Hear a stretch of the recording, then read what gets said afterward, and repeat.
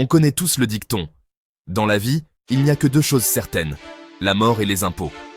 Et si je vous disais que vous pouvez légalement réduire vos impôts, voire les réduire à zéro?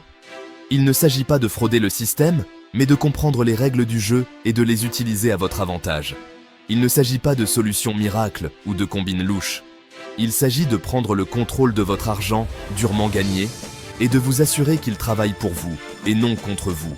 Tout au long de cet essai, nous allons explorer des stratégies éprouvées pour minimiser légalement vos impôts, de l'investissement immobilier à la création d'entreprises et au-delà. Plongeons-nous dans le vif du sujet et découvrons comment vous pouvez garder une plus grande part de ce que vous gagnez. Avant d'explorer les stratégies de réduction de votre obligation fiscale, il est essentiel de comprendre le système lui-même. Le code des impôts est comme un labyrinthe complexe, rempli de règles, de règlements et d'échappatoires. Les gouvernements utilisent les impôts pour financer les services publics, les infrastructures et les programmes sociaux. En comprenant ces incitations, vous pouvez aligner vos activités financières afin de profiter des déductions, des crédits et des exemptions. Il ne s'agit pas de tricher avec le système, mais de jouer le jeu de manière stratégique. Mieux vous comprendrez le système fiscal, mieux vous serez armé pour naviguer dans ses complexités et minimiser votre fardeau fiscal. L'immobilier a longtemps été salué comme un outil puissant pour se constituer un patrimoine et réduire les impôts. L'un des avantages les plus importants est l'amortissement. L'amortissement vous permet de déduire une partie de la valeur du bien chaque année pour tenir compte de l'usure. Cette déduction peut réduire considérablement votre revenu imposable, même si le bien prend de la valeur. Un autre avantage est la déduction des intérêts hypothécaires. De plus, si vous êtes propriétaire de logements locatifs, vous pouvez déduire des dépenses telles que les taxes foncières, l'assurance et les réparations. L'investissement immobilier offre une puissante combinaison d'avantages fiscaux et de potentiel de création de richesses. Créer une entreprise ne consiste pas seulement à poursuivre ses passions, c'est aussi s'ouvrir à un monde d'avantages fiscaux. En tant que chef d'entreprise, vous n'êtes plus seulement un employé, vous devenez l'architecte de votre destin financier. L'un des avantages les plus importants de la création d'entreprise est la possibilité de déduire les frais professionnels, des fournitures de bureau aux frais de déplacement. Les coûts liés à l'exploitation de votre entreprise peuvent être déduits de votre revenu imposable. De plus, vous pouvez choisir une structure d'entreprise qui minimise votre obligation fiscale. En outre, les chefs d'entreprise peuvent profiter de divers crédits d'impôt destinés à encourager la création d'emplois, la recherche et le développement, ainsi que d'autres activités économiques. Les avantages fiscaux potentiels peuvent rendre le voyage encore plus gratifiant. La magie des intérêts composés, investissement fiscalement avantageux.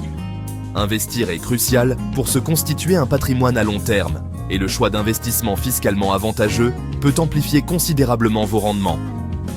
Ces investissements permettent à votre argent de fructifier à l'abri de l'impôt ou en franchise d'impôt, ce qui donne un coup de fouet à vos placements.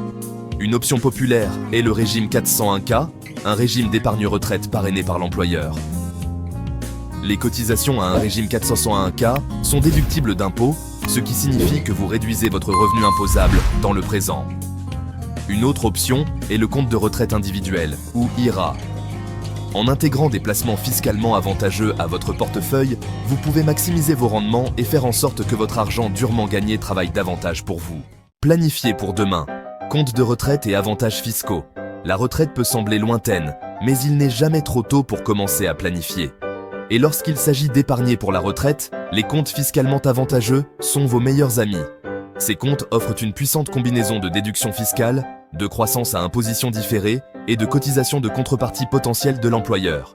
Avec un régime 401K ou un IRA traditionnel, vos cotisations sont déductibles d'impôts, ce qui réduit votre revenu imposable actuel. Vos investissements fructifient ensuite à l'abri de l'impôt, ce qui signifie que vous ne payez pas d'impôt sur les gains tant que vous ne les retirez pas à la retraite.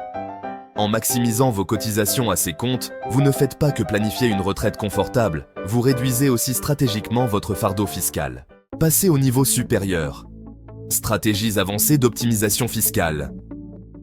Une fois que vous maîtrisez les principes de base de la planification fiscale, vous pouvez explorer des stratégies plus avancées pour minimiser davantage votre obligation fiscale.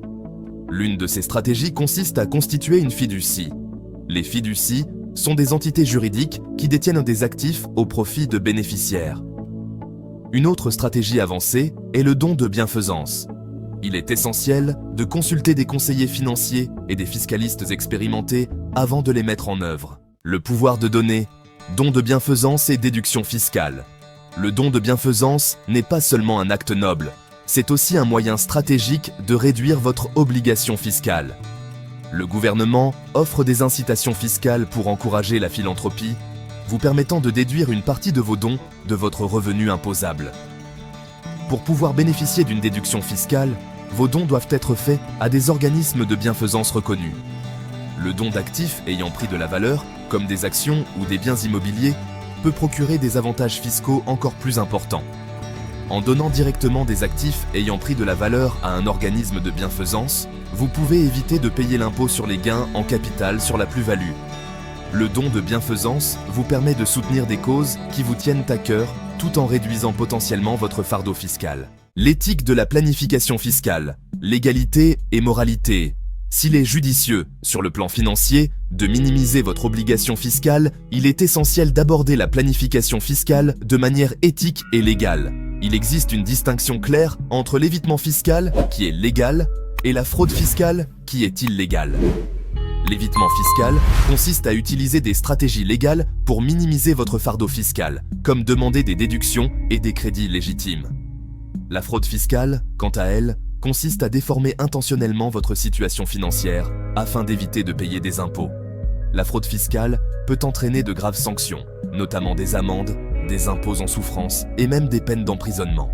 Il est essentiel d'agir dans les limites de la loi et de respecter des normes éthiques élevées dans toutes vos opérations financières. Jetez des bases solides, littératie financière et planification fiscale. Une planification fiscale efficace n'est pas une activité isolée, mais plutôt une partie intégrante d'un plan financier complet. Il est essentiel de se doter d'une solide littératie financière pour prendre des décisions éclairées en matière d'argent, y compris en matière fiscale. La littératie financière englobe un large éventail de connaissances et de compétences, de l'établissement d'un budget et de l'épargne à l'investissement et à la gestion de la dette. Commencez par vous renseigner sur les finances personnelles.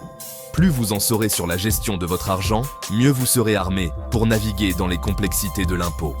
En élargissant continuellement vos connaissances et vos compétences, vous en récolterez les fruits tout au long de votre vie financière. Guide étape par étape. Mise en œuvre de votre plan de réduction d'impôts. Maintenant que vous avez une bonne compréhension des différentes stratégies de réduction d'impôts, il est temps de créer un plan d'action pour les mettre en œuvre. Voici un guide étape par étape pour vous aider à démarrer. Premièrement, évaluez votre situation actuelle. Rassemblez vos documents financiers, y compris vos déclarations de revenus, vos états des résultats et vos portefeuilles de placement. Analysez votre obligation fiscale actuelle et déterminez les points à améliorer. Deuxièmement, fixez-vous des objectifs clairs. Déterminez vos objectifs financiers et la manière dont la réduction de votre fardeau fiscal s'aligne sur ces objectifs. Troisièmement, recherchez et choisissez des stratégies. Consultez des conseillers fiscaux et des planificateurs financiers qualifiés pour revoir votre plan et vous assurer qu'il est adapté à vos besoins et conforme aux lois fiscales en vigueur. Gardez une longueur d'avance. S'adapter aux changements de la législation fiscale.